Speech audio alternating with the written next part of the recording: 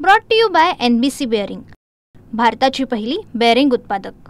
कोल्हापूर, सातारा, सांगली असा एक इंडस्ट्रियल कॉरिडॉरची संकल्पना आम्ही मांडतो आहोत आणि या तिन्ही जिल्ह्यातले उद्योग क्षेत्रातले, टुरिझममधले, कल्चरमधल्या सगळ्या लोकांना बोलवून आम्ही एक विजन डॉक्युमेंट तयार करतो आहे, जे पुढच्या 1 महिन्यामध्ये विजन डॉक्युमेंट तयार होईल। आणि हे तयार झालेलं डॉक्युमेंट हे आम्ही सर्वपक्षीय मंत्री, आमदार, सरकार यांना एकत्रित बोलवून त्यांना रिप्रेझेंटेशन त्याचं देणार आहे। उद्देश त्याच्यामागचा एवढाच आहे की कोल्हापूर, सांगली आणि सातारा हा भौगोलिकदृष्ट्या जोडलेला क्षेत्र आहे। इथलं सांस्कृतिक बॅकग्राऊंड असेल किंवा इंडस्ट्री बॅकग्राऊंड असेल हे एकमेकाशी कनेक्टेड आहे आणि एअरपोर्ट कोल्हापूरला झालेला आहे, त्यामुळे कनेक्शन या दोन्ही जिल्ह्याचं कोल्हापूरला वाढलेलं आहे, सर्किट बेंचमुळे वाढलेलं आहे आणि म्हणून या तिन्ही जिल्ह्याला एकत्रित करून काही गोष्टी आम्हाला करता येतील का,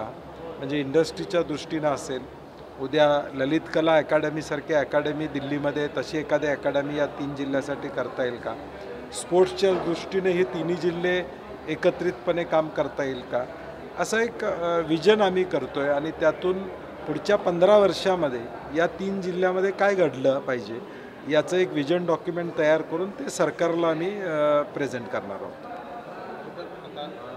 नाही, मला वाटते मराठवाड्यामध्ये जो अतिवृष्टी झाली त्याला सरकारनं रेसिप्रोकेशन जे म्हणतो ते रेसिप्रोकेशन कुठं दिसत नाही। गेल्या 10-12 दिवसामध्ये कुठले मंत्री आणि पालकमंत्री मुक्कामाला त्या जिल्ह्यात आहेत, जाऊन येत आहेत, मुक्कामाला कोण थांबत नाही। यातूनच त्यांची संवेदना किती आहे त्याच्याबद्दल या ठिकाणी दिसते। सरकारची जबाबदारी आहे की सरकार म्हणून तिथं राबलं पाहिजे।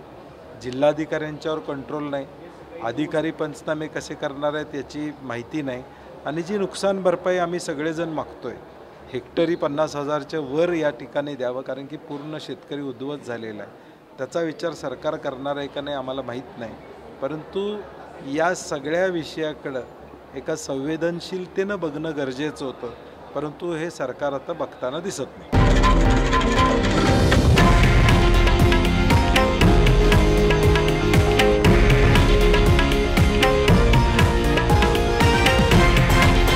हे आहे देशातील नंबर 1 न्यूज नेटवर्क आणि आपण पाहत आहात TV9 मराठी, एकमेव।